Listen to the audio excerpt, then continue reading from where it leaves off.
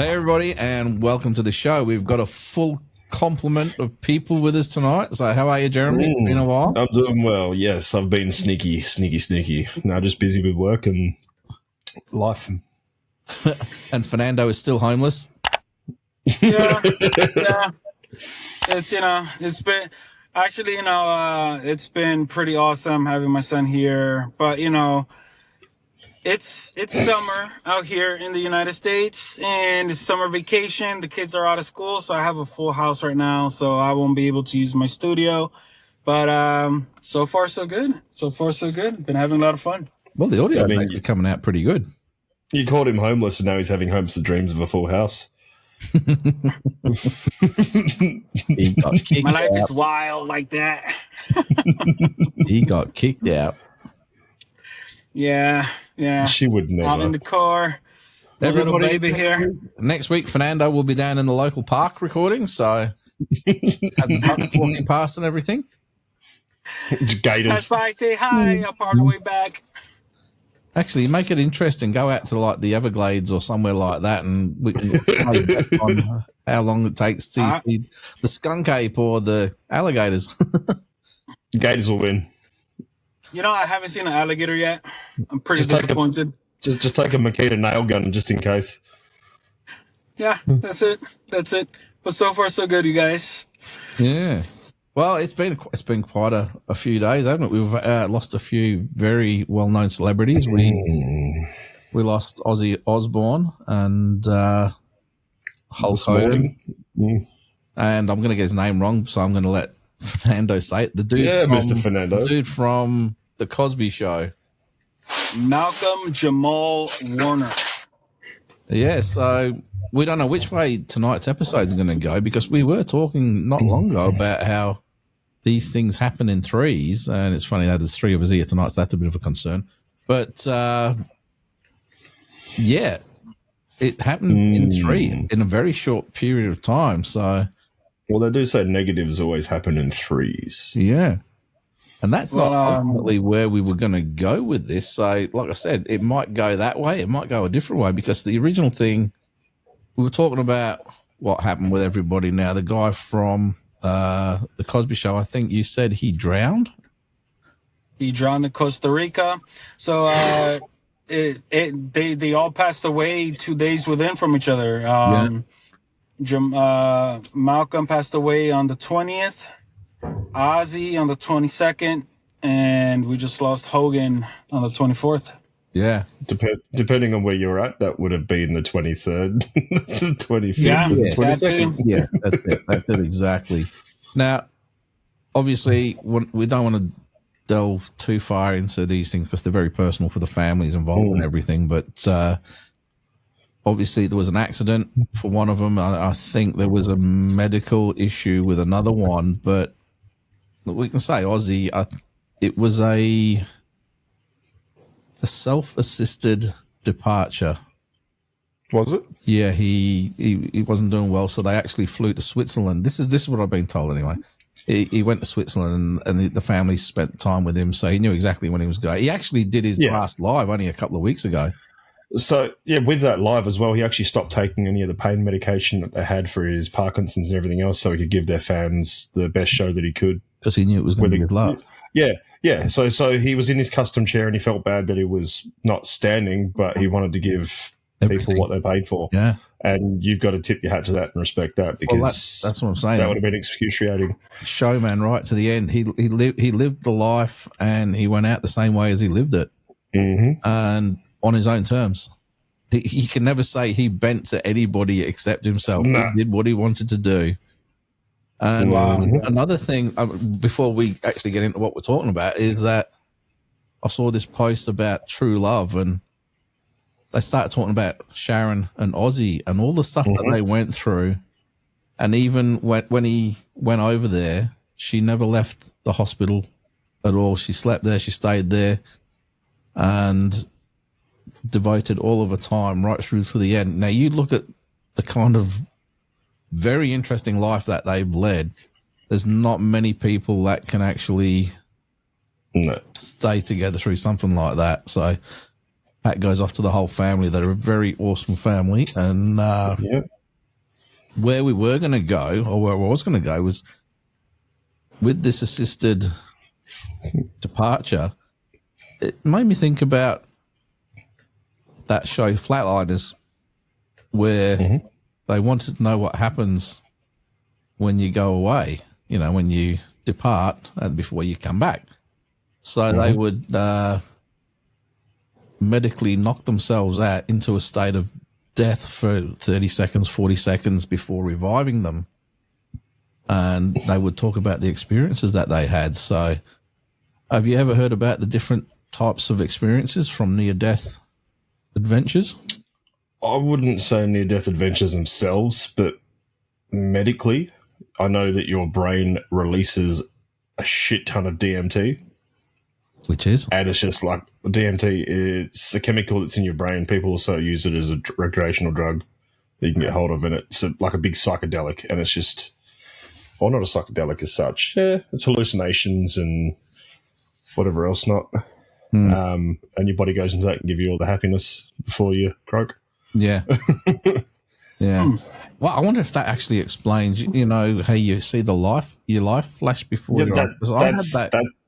I had that. Remember that time when I was going down the freeway on the motorbike and the ute clipped me, and I was playing ping pong between the truck and the ute, and I thought I was going down. I still don't know how I'm here, but stayed upright on the bike, and my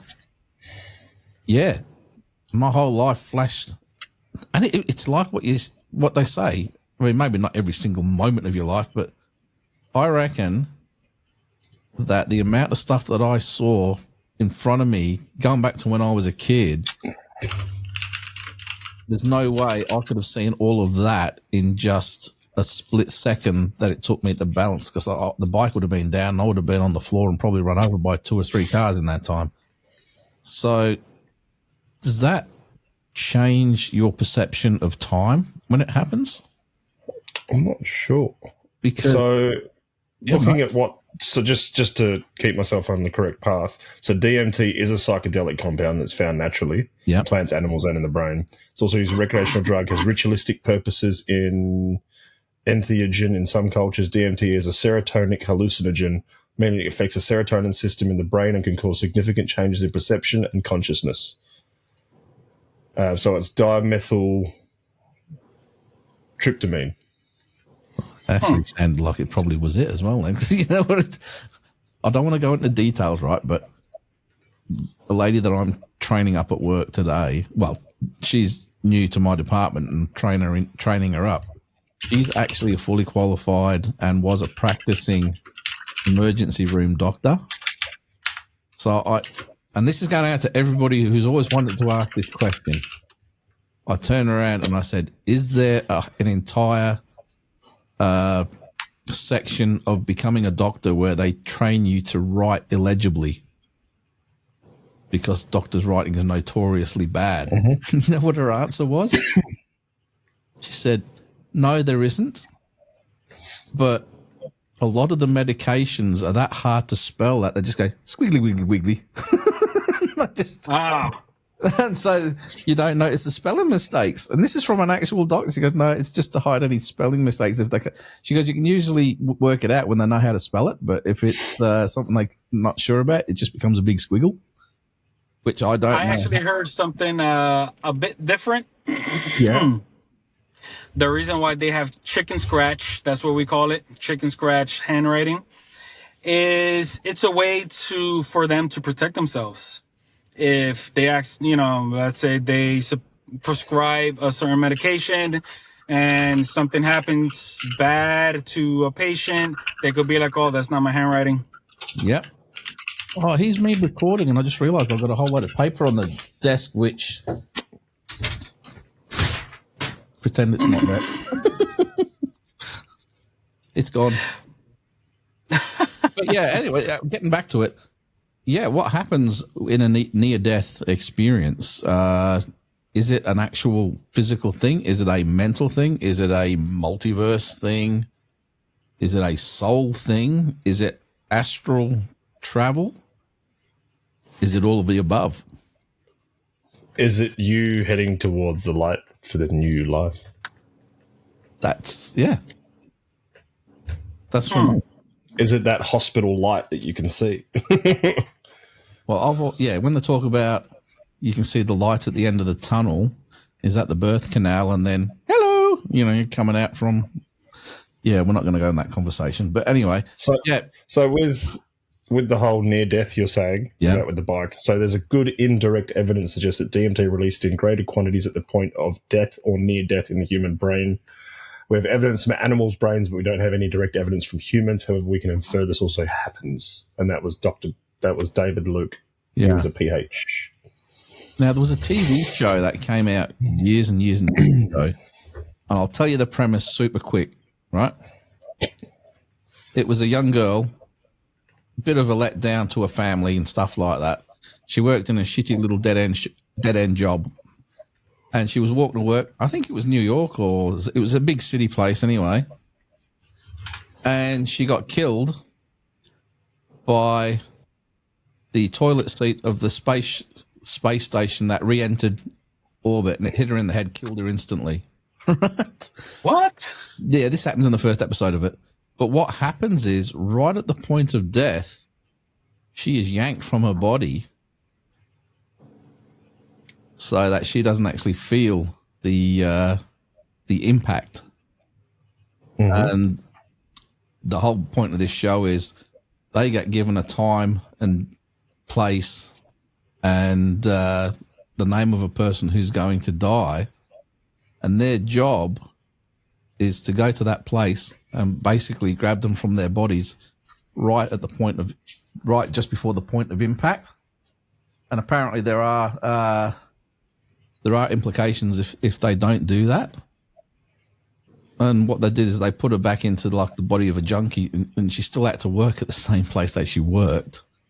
So she still has to deal with the same people and things like that. But it was quite an interesting concept. And it's like, I wonder, we only use 10% of our brain, thereabouts.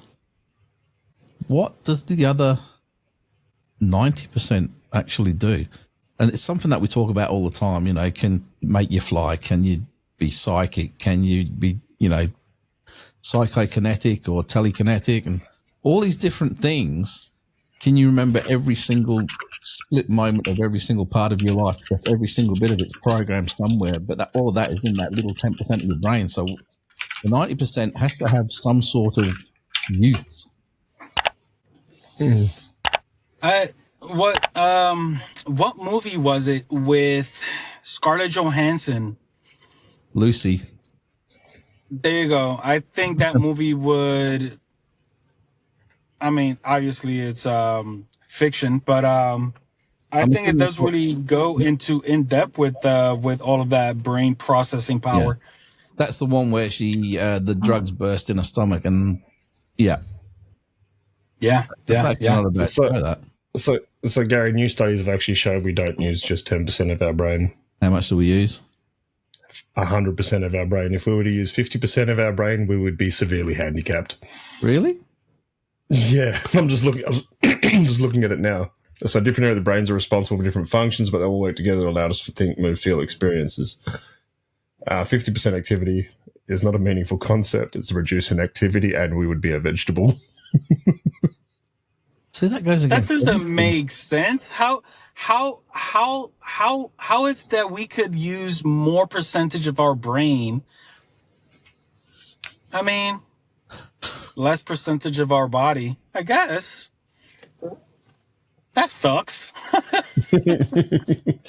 Sorry. The more we use our brain, then the less will be functional. Well, I guess. I mean, have you ever, come across a genius that is no, that's normal? Well, I'm not normal, but I'm not a genius.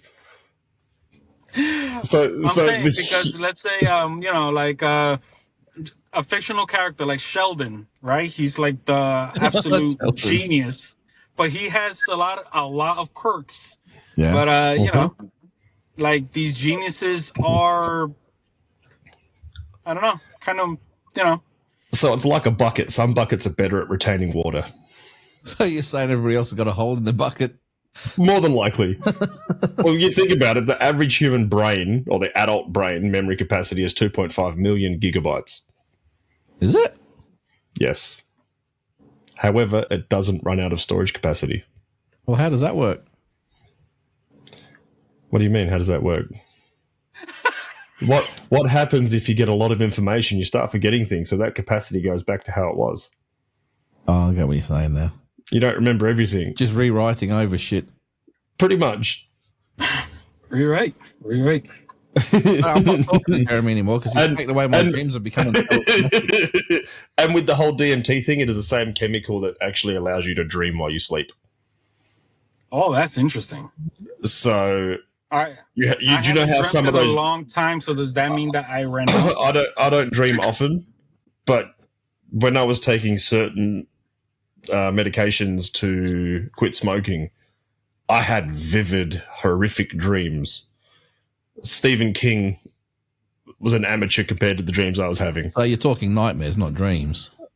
Yeah, still a dream. Which is an interesting... I've actually got a list of things that I want to talk about on the other podcast. And so dreams or nightmares is one of them. You know, people are like, oh, you go to this happy place before you die. What if you're that unlucky bastard that gets stuck having one of these nightmares? You know, I have a theory, right? I have a theory that... And this is, you know, it'll probably be controversial to people who are religious and, you know, believe in heaven and hell. Oh, no. Fernando's going to do it.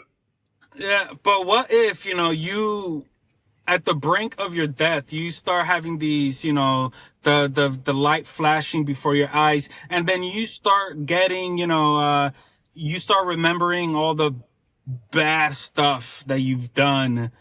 You know, and you are basically almost filled of remorse and regret. Is that your way to go to hell? Or is it your way of unloading so that you get forgiveness? I see. I don't believe in that anyway, but me and Gary and myself are safe. We both have bung Jesuses. Well, technically, Lynn has a bung Jesus. Now, mine sits at work and watches over the other guys working just to make sure they're all right. It's all right. I got a little... Let me take this back. Jeremy has a bung Jesus. Lynn bought the same bung Jesus from the same place, but her bungee is shit, so she's got a floppy bung Jesus. It doesn't bounce back. Now goes against the whole thing about, you know, he came back from the dead and he doesn't bounce back from the cross. Jeez. So in saying that, using from the religious standpoint, who's to say that the earth we are walking now is not hell with everything that is going on? I've heard that we are living in purgatory right now. That's a common thing, because if, you know, as above, so below. You know, if you got heaven on the top and you got hell on the bottom, then what's between is purgatory, which is where we are. But then when they say as above, so below, does that mean they're both the same? Mm-hmm. I mean, book me a room where there's alcohol and parties. So where do atheists go? In the ground. They become like trees. In the ground. Oh, that's the Lord of the Rings. They go to Middle Earth. Atheists go to sleep at night. Oh my god, that's wild. But yeah. So what do you guys think of? Because we've actually had this conversation prior. How there are many cultures, but there's no way to actually, you know, do research on it. But there's many cultures that believes in death comes in threes. Yeah. How I mentioned earlier, you know, my father would be considered as the last one to go from this, because the same year that he passed away, 2 of his sisters passed away. It's interesting with everything to do with the number 3, because everything has a beginning, a middle, and an end. There's 3, you know. The Father, the Son, and the Holy Ghost. That's 3. The Holy Trinity. You've got the Holy Trinity. You've got the Celtic Trinity. You've got so many 3s. The three amigos. The 3 amigos. You can't really. The 3 musketeers. Yeah. The Three Stooges. Come on, man. Let's bring it. Keep on going. So the number 3 is often considered significant across various cultures and contexts due to its symbolism of completeness, harmony, and creativity. Yeah. And it represents a cycle, beginning, middle, end, past, present, and future. It's a frequently found in religious spiritual techniques and teachings. When you get into witchcraft and what have you, if you get something, it comes the triad 3 times, or the power of 3 times 3, and it's always 3, 3, 3, 3, 3, 3, 3. Yeah, and it's always fun, threesomes. Well, Fernando, they can't all be men.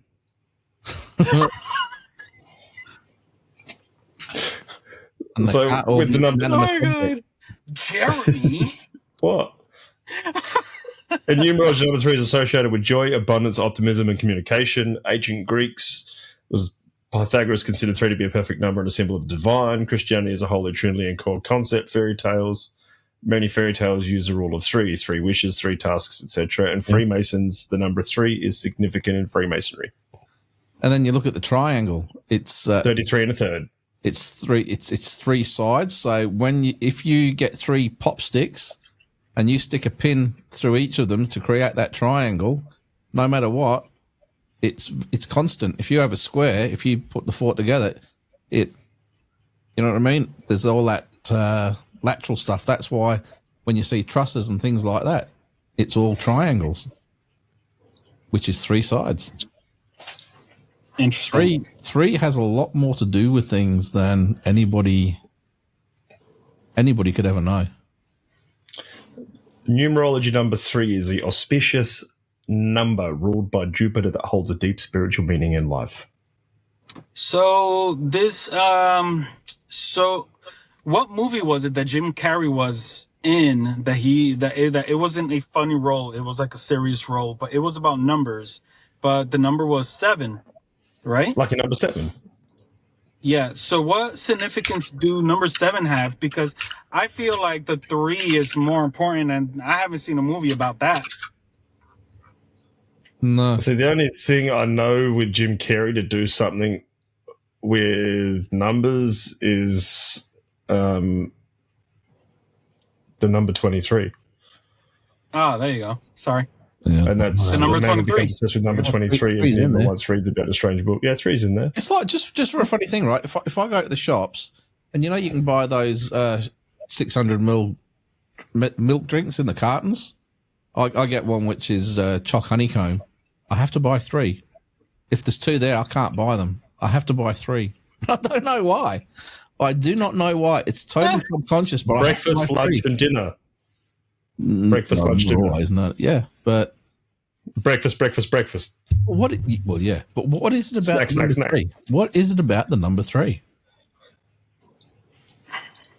Bad luck comes in 3s. Yeah. This comes in 3s. It's what is so special about number 3?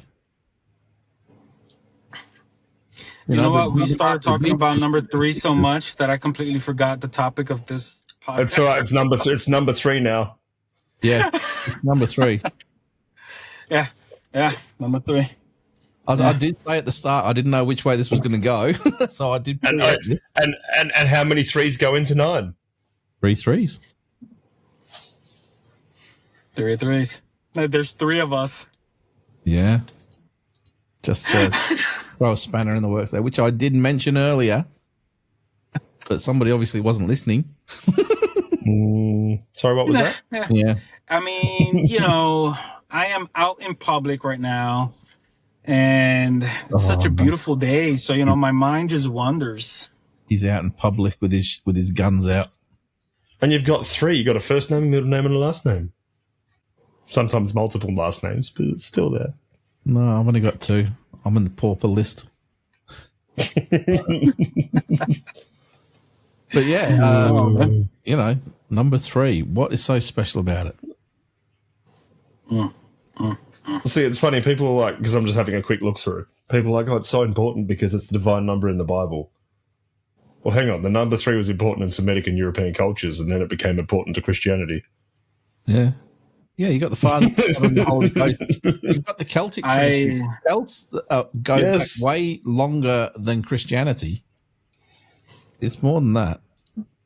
I didn't know the three was something in the Bible. The Father, the Son, and the Holy Ghost, or the Holy Spirit. I mean, now that you said it. And you have the three largest pyramids as well in Giza. Great pyramids, yeah. Yeah. Group of three. Khufu, Kafare, and Menkaure. The most famous pyramids in the Great Part of Giza Pyramid Complex, and then the Great Three with the Sphinx structure. And apparently they're mirrored by three of the pyramids on Sedona on Mars, which we've been told that aren't pyramids, but they are. No, they're not. And yeah, we're not going to get into the Mars thing. That's a completely different episode, so we're going to stop that conversation right now. We could do that one. Oh, we will, but we'll do that one separately. But For sure. Holy crap. Sure. You look into it and there's so many more things that are structured in threes. Yeah, go on. Throw a few out there. Writing, public speaking, problem solving. How's that threes? The rule of three is used in various fields, including in writing, public speaking, and even problem solving to make more information more impactful. I guess you got the introduction, you got the main body, and then you have a conclusion. Wow. Start, middle, and end. That's the same thing, yeah. How did we know we could do a whole episode on the number three? On threes, I know.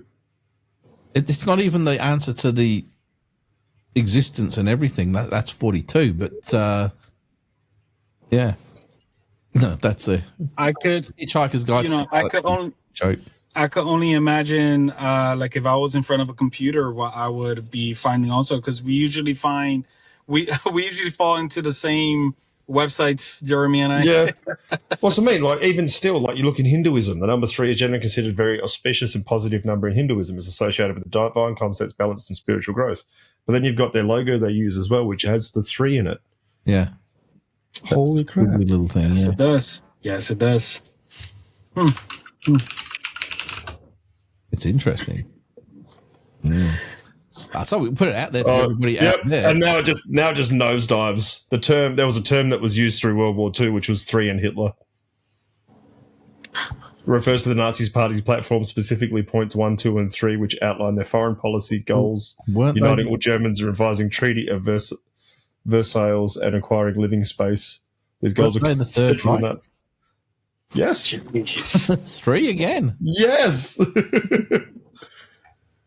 Although they reckon there's a fourth out there now, but yeah, for anybody out there who's watching, put in the comments below what the number 3 has of significance to you, or other things that may come up, because it's. I mean, Jeremy's like, no.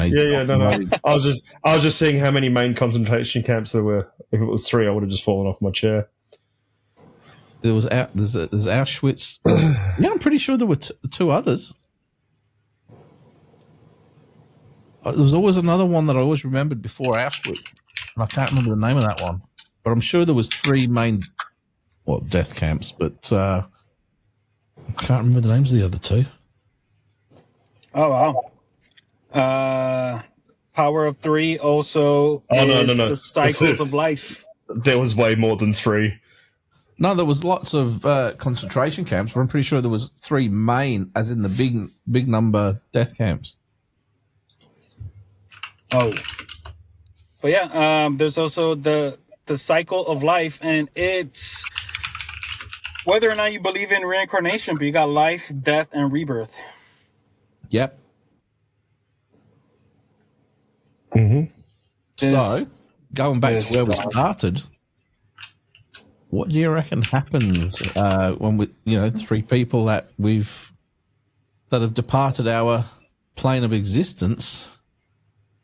What do you reckon is the next step for them? I mean, for them, yeah. You know what would be wild? I mean, again, if you believe in reincarnation, rebirth,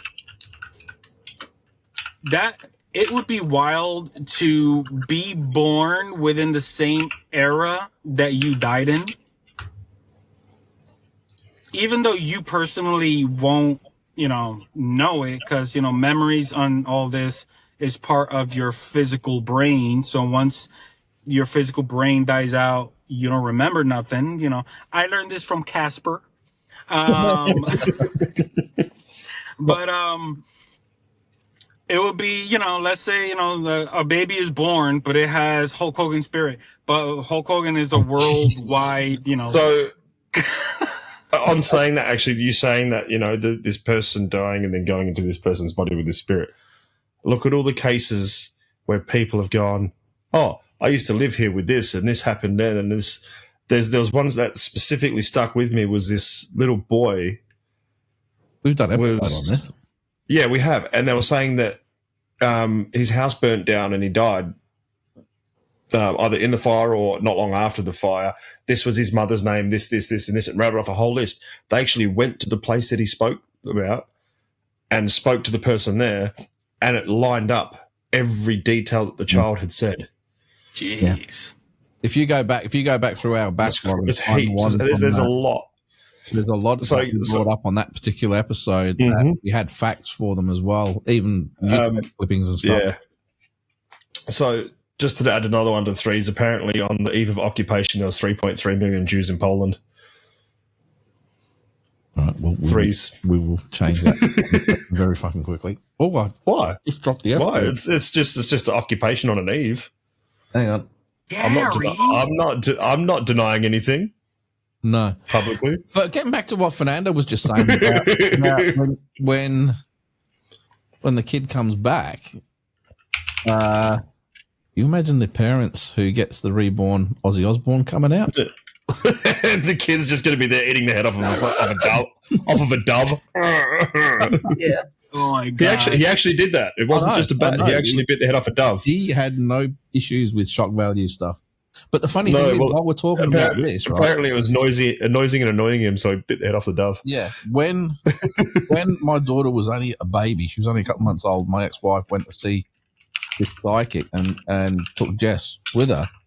And apparently Jess was all oogie googie, just doing the kid thing and everything. But as soon as the psychic got even close to her, she just went into full, no. You're not. And what he said it is, and going back to what you're just saying, he said, when you're born, you still have all the residual memories from your past life.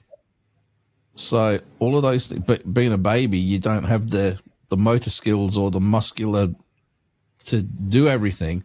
But what happens is it fades away fairly quickly, but they're very protective of that. So if a psychic tries to tap in, they're very strong and they will shut it down. So, yeah, how much of it do you take with you? And like you're saying, with when you pass and the lights go out and then you see that light at the end of the tunnel, while for you it might be a fairly instantaneous or a couple of minute thing, you pop and you come back out and then it all starts again.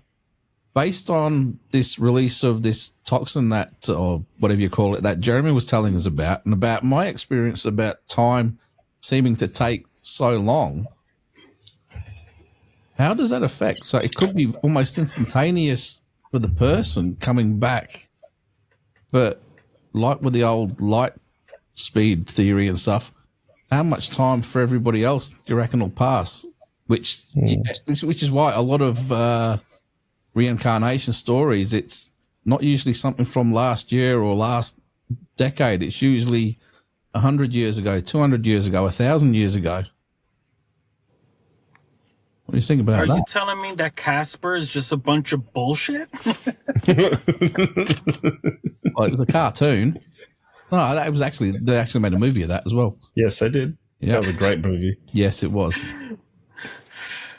Yeah, I mean, geez, just the perception of death alone, like what people say they go through. Because have you guys ever heard of the story of the guy that died and came back? Wasn't there a guy that died like 3 times and came back? It's happened to a lot of people where they've been, actually dead for 2 or 3 minutes before they were revived, or their body kicked back into sinus rhythm by itself or whatever it was, which is weird when it stopped. How did it just suddenly kickstart again? Superheroes. If we've got a soul, if we talk about this whole soul thing or whatever you want to call it, like I said, it goes back to that whole energy thing that I said, the energy theory. We're just a vessel. Yeah, so where does that go? And then it goes, I want to go back in there. And then kickstarts. Does it release an energy, which is like, like the paddles, and it boots you back up? Wow. That's an awesome theory to think about. Well, you look at like Neil deGrasse Tyson. He simply states that we are matter. We live and we keep living as a different organism. It's matter. Yeah. We eat the plants. We die. The plants eat us. It just... Yeah. Matter does not disappear. Recycles. Yes. But as for the whole life after death, near-death reincarnation, there is too many cases where children 2, 3, actually not 2, but 3, 4, 5, 6 that have these stories that they shouldn't have. Yeah. Like I think one we spoke on was James Leninger. He was a 5-year-old child, I think at the time, was having nightmares about him being in a plane crash and being on fire and he can't get out. Is that the Second World War? Turned out he was flying a plane in the Second World War. German memory. And he actually died in a plane crash, a fiery plane crash. And the reason why that came about is because Lynn brought that up, because that happened in the town that I grew up in. Yes. Is that this one? Yeah, I think it is. His father didn't believe in reincarnation, so started researching into his astonishment, found that there had been a World War II aircraft carrier in the USS Natoma Bay. James also named a fellow pilot, Jack Larson, and said he had been shot down near Iwo Jima. No, that's a different one, that one. After further digging, the family discovered that a pilot named James Hutzer Jr. died in exactly the same way James described. The details line up so perfectly that even skeptics struggled to explain it. Hearing James's story gave me chills. I had to dismiss the sheer specificity of his memories. Was this proof of reincarnation, or could it be something else entirely? How do you nail people's names and how they died as a child if there's no such thing as reincarnation? That's just one example. Well, going back to this one that we're talking about with Lynn, and Lynn did the research on this one because it was so interesting to her, because it happened in the town that I grew up in the Second World War. A German plane was shot down, and basically it was buried where it was. But what happened was, one of the guys that survived for a bit before he died, he had a major leg injury. Now, they actually had the names, serial numbers and all that stuff of the pilots, so they were able to identify who they were. And then when this kid, modern times in Middlesbrough, he started having these flashbacks, and he could tell you, and he could draw the cockpit of this plane with maximum detail. He walked with a bit of a limp. I couldn't explain it. He had the same color hair as this guy that was killed. But where it gets really interesting is not besides the fact that he had all the same details and he knew all the details of this guy's life, but they had a photo of the guy from the Second World War and a photo of this guy. And when you put them together, they look almost identical, like they could be brothers. Wow. That's crazy. And if you want to go back and look at our video, I think that back when it was the Paranormal Bikers, so go back through our channel and look at the one on reincarnation and past lives. All of it's there, including the photos and everything. It's on that video. Very interesting stuff. Yeah. So it begs the question, where are these guys now? What are they doing now? They're on a fucking hell of an that's twice in this video now. It's a hell of an adventure they're going on. And we're all going to do it one day. Awesome. But, yeah. Who's not to say we've already done it? Well, doesn't mean it's that being able to have that retention of knowledge. Yeah. Everyone's bucket holds different amounts of water. For example, people go through deja vu. Mm-hmm. And deja vu is there's a theory that deja vu is basically something that you live beforehand. Yeah. You just lived it twice. Yeah. I'm not going to skip the fact that you kind of threw me off when you said that the guy had this color hair and you pointed at your head. No. Well, it was a bit of a ranger, but no, not this color hair. And not that color hair. But yeah. Also dreams. People has dreamt about certain things, that they've lived through. I mean, I honestly, we spoke about one of my absolute favorite television shows, The Vikings. I've gone and done a deep dive into their culture and stuff because I feel like I believe I was probably a Viking back in the day because that whole culture, I'm like so intrigued. All the gods, aside, I'm not talking about Marvel, but all, like the way they portrayed their gods is like so powerful. Yeah. I would believe more something like this than what I was raised in. Well, that's based very loosely on actual stuff because if you watch the very first episode of Vikings, I think they said this is set in 792 AD or something like that. Now, the town that I grew up in was around before that. It was in the Doomsday Book from, when the Doomsday Book was written, it was already there, and they found artifacts that have been carbon dated to the early 700s. So the town existed then. But when the Vikings first found the UK or England, it was through that Northumberland area. That's right next to where I grew up. See, I grew up my father-in-law's from. Grew up in North Yorkshire, which is all the same part of the area. And the town that I grew up in it was given to the Viking Thermod. And his town, they call a Viking settlement, they'd call an abbey. So it becomes Thermod's Abbey. Dude Abbey. And then over time, that changed to Thorn Abbey, which is what it's called now. It's called Thornaby-on-Tees. That's where I grew up. And because Thermod believed in the old gods, as in the Viking gods, to make things happy and peaceful with the Christians, because the Romans had already left. So they'd left Christianity with the locals. That's where it came from until I think it was it Henry VIII or one of those that said, no, we're not doing that. So that's when he brought out his own church, which became the Church of England, the Anglicans as we know it now. And he built a church for them. That church is still standing now. That church still opens every Sunday, and it's over 1,000 years old. So, that would be a freaking amazing place to just step foot in. I'll probably get set fire to. It's on the Thornaby, right? It's made out of brick. I'd probably burn if I still out of stone blocks and stuff. I mean, it's been renovated several times, so there's probably not much original stuff there now from what it was like at the time. But the cemetery, I mean, but it's the property, it's the ground, it's the dirt. The cemetery out the back is still there. It's over 1,000 years old. It's not very big. Guys, man, very big. Guys, you got to try and make a trip out there and see if you could get permission to do an overnight stay. Not inside the church, but if you can, that'll be awesome. You don't understand. It's on the Thornaby Green. It's all public property. You walk through, yeah. You can just walk and you can stay wherever you want. It's public land. It's not behind a fence. It's not behind anything. You can walk right up to that. How far is it from you guys right now? On the door. You can walk in. A big flight. Oh, it's a flight. It's in the UK. Yeah, it's in England.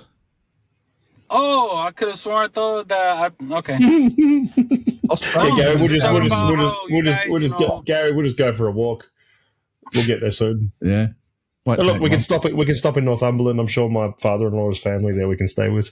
Yeah. Well, I've got all my family up in North Yorkshire as well, so and they'll be happy to have it over. I mean, definitely that would be something super interesting to do. Hey, just totally off topic. Have you guys got Netflix? As usual. Yeah. Have you watched the Poop Cruise thing? No. The Poop Cruise? The Poop Cruise. You got to watch it. It's called Trainwreck, the Poop Cruise. It's on Netflix. What? Yeah, it's about. Is it about people that clean toilets? No, oh man, I'm going to tell you one of the funny. We're right off topic now, so sorry. The official topic is finished. We're talking about the Poop Cruise now. Is there 3? No, there's just one. Well, unfortunately. Well, it depends on how you want to look at it. Anyway, what happened was it was a 2-day cruise from America to Mexico, and then they partied away on Mexico, and then it was supposed to be a 2-day cruise back. But on the way back, there was a fire, and the fire melted all of the electrical cables, and they couldn't fix it, so the ship lost all power. The toilets run on the power, the air conditioning runs off the power, and everything. And it was in the middle of the summertime, so it was too hot and stuffy for them downstairs. So everybody was coming up onto the surface, onto the poop deck. No, it was just onto the deck. And then they realized that, oh, crap, what are we going to do when we need to go to the toilet? And they said, well, number ones we can deal with. The guys can pee over the side. The girls just pee in the shower. It'll go down the hole. But the poop was the issue. They started handing out red biotoxin bags to everybody, and they had to poop in a red bag. And they're interviewing all the guests, and they go, we were not going to poop in it. I was going to hold it. It was only going to take a day. I'll be right. I can hold it. Give me a bag. I'm good. That day turned into 8 days. Couldn't hold it anymore. But what happened was aquaturds. The showers started filling up with pee, so they couldn't go in. Yeah, because it wasn't getting emptied anymore. Everything was just banking up. The bags had run out because they didn't have enough bags, so people were just shitting wherever. Apparently, some people were actually having sex on the deck and they didn't give a shit about. Literally, because they couldn't be in the room. They were just doing it on the deck in front of people. It was mental. But they interviewed this guy. He's an Indian, one of the chefs. It's like being at home.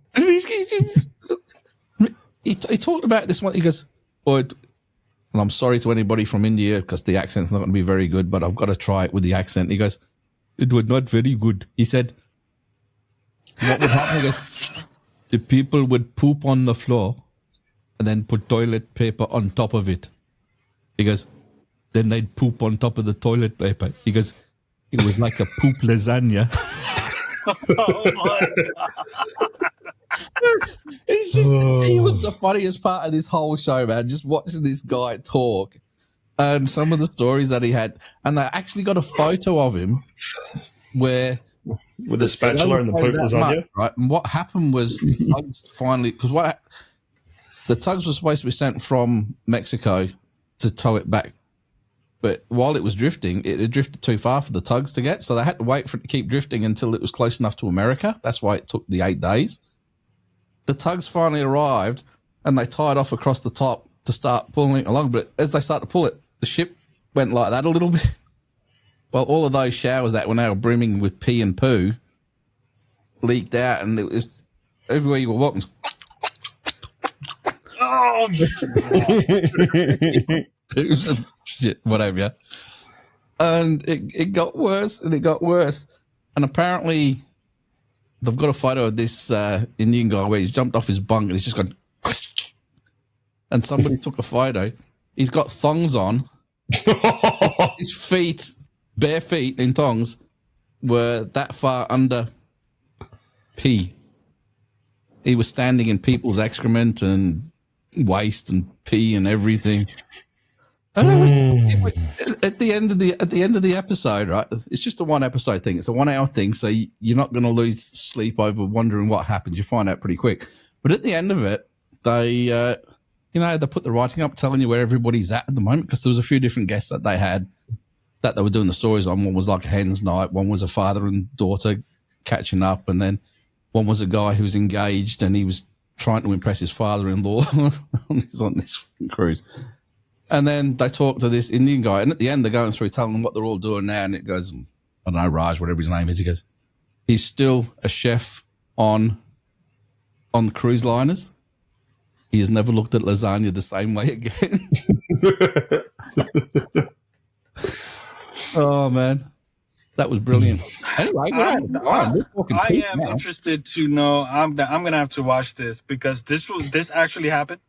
Yes, it happened. It was all over the American news. Did people get their money back? I mean, did they sue? There's going to have to be. At the end, they got shit tons of money. They got all, yeah. They got. I see what you did there. I see what you did there. They all got a full refund, plus an extra $500 and a free replacement cruise anywhere they wanted to go. On the Carnival, it was a Carnival cruise ship. So wow, the shit hits the fan, you get paid a shit ton of money, and you piss it up. It hit more than just the fan there. I can tell you that because the fans weren't working. So, and they thought the Titanic was bad. But you know what? At one point, some silly noggin decided it would be a good idea to open up the bar and give everybody free drinks when there's no toilets. You can't throw in them, you can't pee in them, you can't poo in them. But if you're drunk enough, you're just going to shit off the side of the boat anyway. Who cares? Well, the funny thing is, they've got this little... I mean, the whole entire time, I'm thinking, why don't they just shit off the side of the boat? Yeah. Because you have to watch the safety graphic. If you're sticking your bum over the railing, there's a good chance you're going to fall over the side. And you get a free bottom wash. Well, you get it, yeah, but it's slappy. I mean, I could just definitely see the whole side of the boat just all skid marks. Yeah. Racing stripes. No. Anyway, we are going to end this now because we have the SS skid mark. I wish I'd never bloody brought this thing up now. Forget the poop cruise. Oh my God. Forget the train wreck poop cruise, which was on a boat, on a ship. So, anyway, that's it, guys. I think we better go. So, yeah. Sounds good. Sounds good. Everybody have a good one. Take it easy. Catch you next time. Bye.